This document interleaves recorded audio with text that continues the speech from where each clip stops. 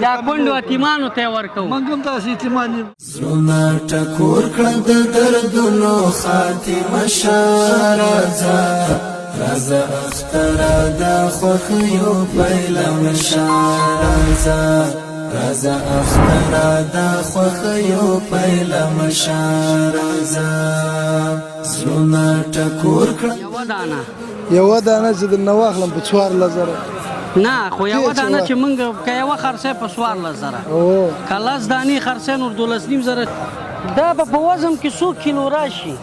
یاره وروره دا 10 کیلو راځي 28 درب لوري ملمستیای مسلمه امتا درب لوري ملمستیای مسلمه امتا درب لوري ملمستیای مسلمه امتا د اخوت د محبت لویا تپشارازا د اخوت د محبت لویا تپشارازا رازا اخترا د خوخیو پیلا دا جی بابا په 100 روپۍ 14,000 د حاجی نور خیریه بنسټ مینوالو موږ د مهال راغلستو په نقاش کې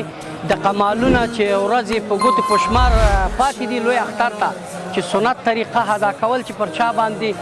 فرض قرباني نور دا چې لازم ګڼي چې په خارج کې پراته استه یا د هیواد نه باندې نور قرباني کوي غواړو چې پر افغانستان کې تاسو قرباني وکړئ چې دغه کونډې حتیمانو ته رسیدګي چې ډېر عمر بعد غوښه خوري دغه اختر ته بیا نور د دې د سترګه په لارئ چې د کم سړی ما دروازه ټکوي او دا د قرباني غوښه موږ ته راوړي نور موږ راغلو دلته د نقاش کې تاسو ته دغه ریټونه دغه ټول تاسو خپله واورېد او غواګانو ریټونه تاسو ته موږ د دې ملګرو نه او دوستانو نه ریټ کوو تاسو یې به یې وګورئ چې دا ریټونه څنګه دي نور بعد د هغې نه تاسو خپل تصمیم ونیسئ چې دغه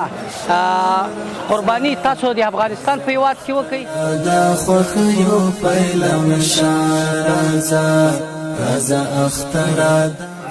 یوه دانه په 14,000 په 14,000 افغانۍ یوه دانه نه چې خرڅې کړي دا کونډو یتیمانو ته یې ورکوو موږ هم داسې یتیمان یو ایرونه پرېښي کورونه پرېښي نه خو دا نور د کونډې خو تا چې پرېښي دا ته خو یو وسیله یې ورسره لیدلې کوې خبرې د صبر وکړه سودا ورسره وکړه فکر نه نور آخري په څو ورکوې همدا 2 در سره دي دغه 2 مې خرڅ کړي دغه 2 سره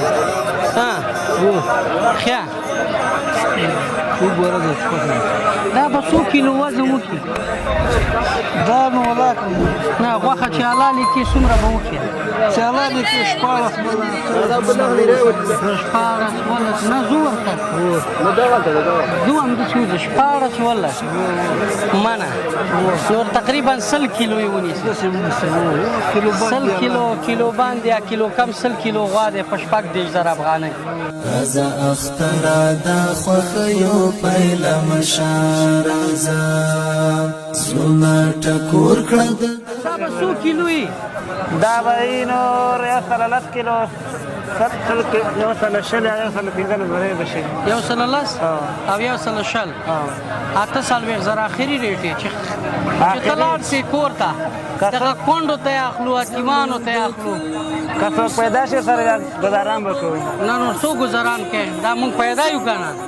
څه رقم خلک ته پیدا کوې ورته